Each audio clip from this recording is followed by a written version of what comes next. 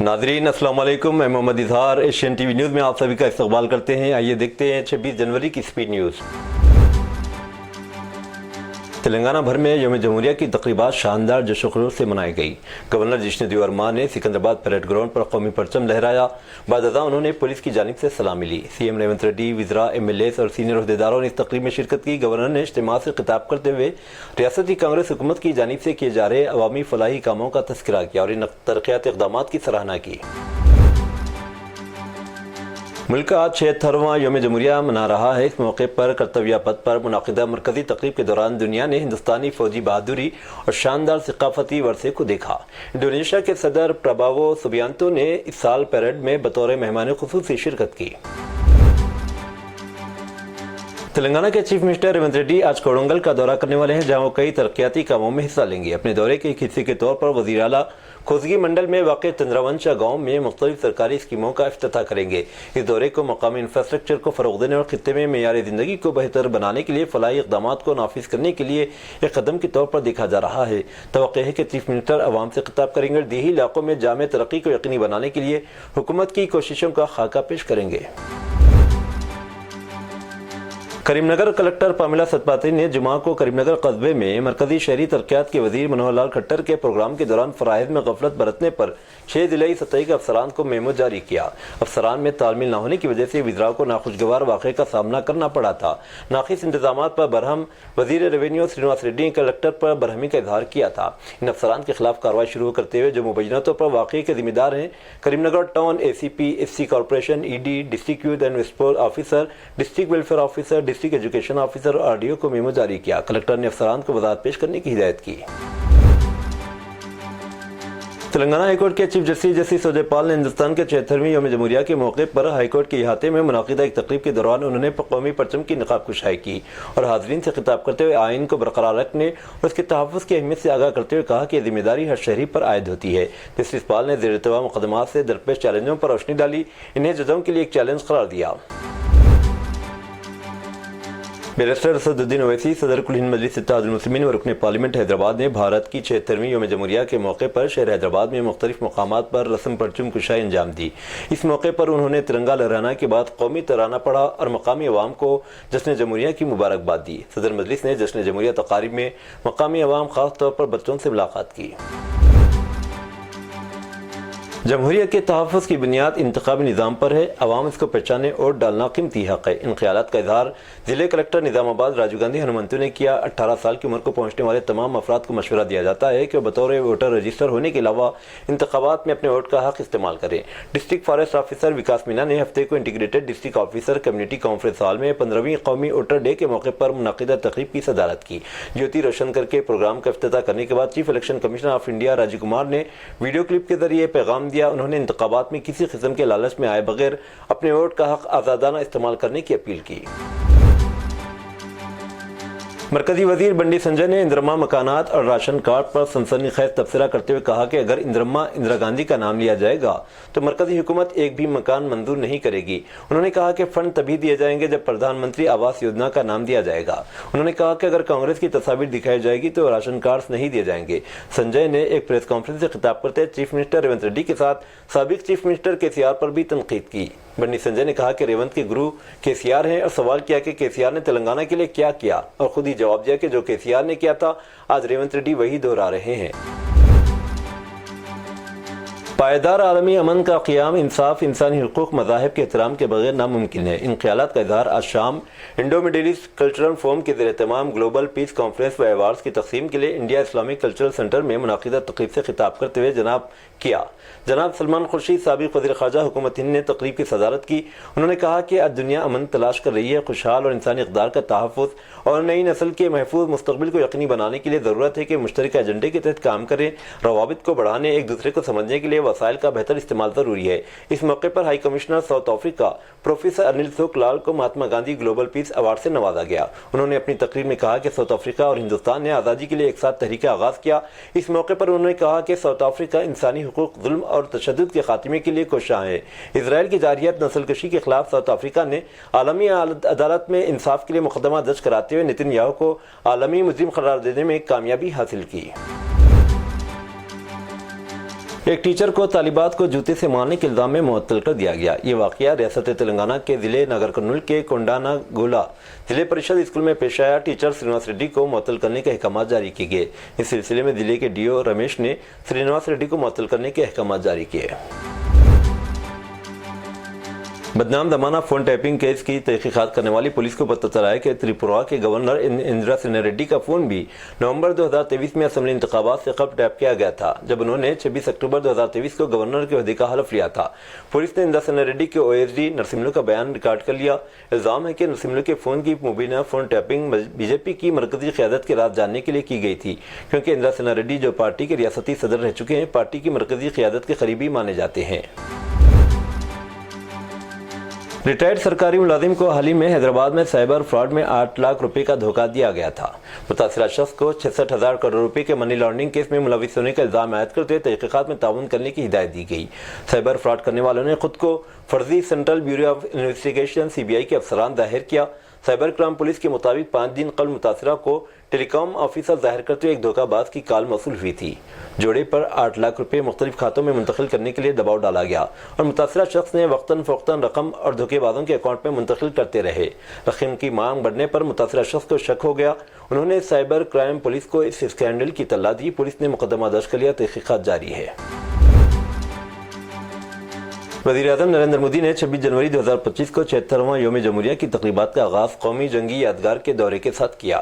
Service chiefs کے ساتھ P M Modi نے 2 منٹ کی خاموشی اختیار کر کے شہیدوں کو خراج عقیدت پیش کیا۔ اہم قومی مواقع پر متحرک پگڑی پہننے کی اپنی روایت کو برقرار رکھتے ہوئے وزیراعظم نے اس سال پیلے اور سرخ رنگ کی پگڑی کا انتخاب کیا۔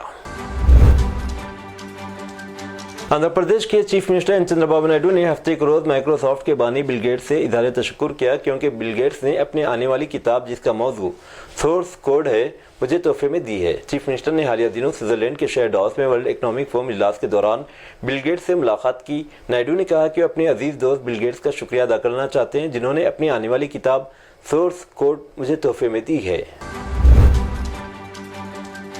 سماجوادی پارٹی کے صدر اکھلیش یادو اب پریاگ راج مہاکمبھ میں پہنچے، جہاں وہ سنگم میں مقدس ڈبکی لگائیں گے۔ اکھلیش یادو مہاکمبھ میں پہنچنے والے پہلے اپوزیشن لیڈر ہیں۔ سنگم میں ڈبکی لگا کر ایس پی صدر نے نہ صرف بھارتیہ جنتا پارٹی کے حملوں کا جواب دینے کی کوشش کی ہے، بلکہ اپوزیشن جماعتوں کے آل انڈیا اتحاد کو بھی پیغام دینے کی کوشش کی ہے۔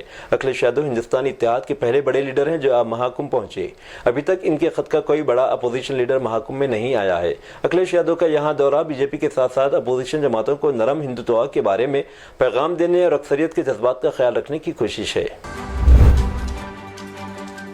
جموں پولیس کو اتوار کو ای میل کے ذریعے بم کی دھمکی موصول ہوئی تھی، جس میں اس مقام پر دھماکہ خیز مواد کی موجودگی کی دھمکی دی گئی جہاں یونین ٹیریٹوری میں یوم جمہوریہ کی سرکاری تقریبات منعقد ہونے والی تھیں۔ اس میل میں ایم اسٹیڈیم میں بم کی موجودگی کی دھمکی دی گئی تھی، جہاں مرکزی programme lieutenant governor Manoj Sinha اور وزیر اعلیٰ عمر عبداللہ کی موجودگی میں ہوگا۔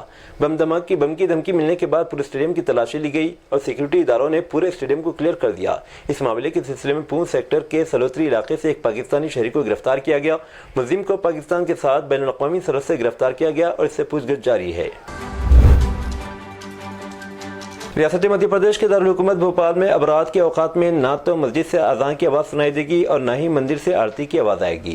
اس کے ساتھ ساتھ رات کے اوقات میں ہونے والی شادی یا دیگر تقریبات میں بھی لاؤڈ اسپیکر کا استعمال نہیں کیا جائے گا۔ یہ ہدایت بھوپال کے ضلع حکام نے جاری کی ہیں۔ انتظامیہ نے خبردار کیا کہ ان ہدایات پر سختی سے عمل کیا جائے گا اور اگر کوئی ان احکامات کی خلاف ورزی کرتا ہے تو اس کے خلاف دفعہ 163 کے تحت کارروائی کی جائے گی۔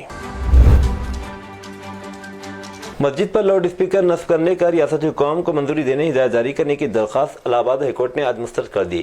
عدالت نے کہا کہ مذہبی مقامات عبادت کے لیے ہیں، لہذا اسپیکر استعمال کرنے کا حق نہیں۔ پیلی بھیت کے رہائشی مختار احمد کی پیش کردہ درخواست مسترد کرتے جسٹس اشونی کمار مشرا اور جسٹس ڈونا ڈی رمیش پر مشتمل دو رکنی بینچ نے مذکورہ خیال ظاہر کرتے ہوئے کہا کہ لاؤڈ اسپیکر کا استعمال بطور حق دعویٰ نہیں کیا جا سکتا، خصوصیت کے ساتھ جب اس سے علاقے کے رہائشیوں کے لیے تکلیف دہ ہوتی ہے۔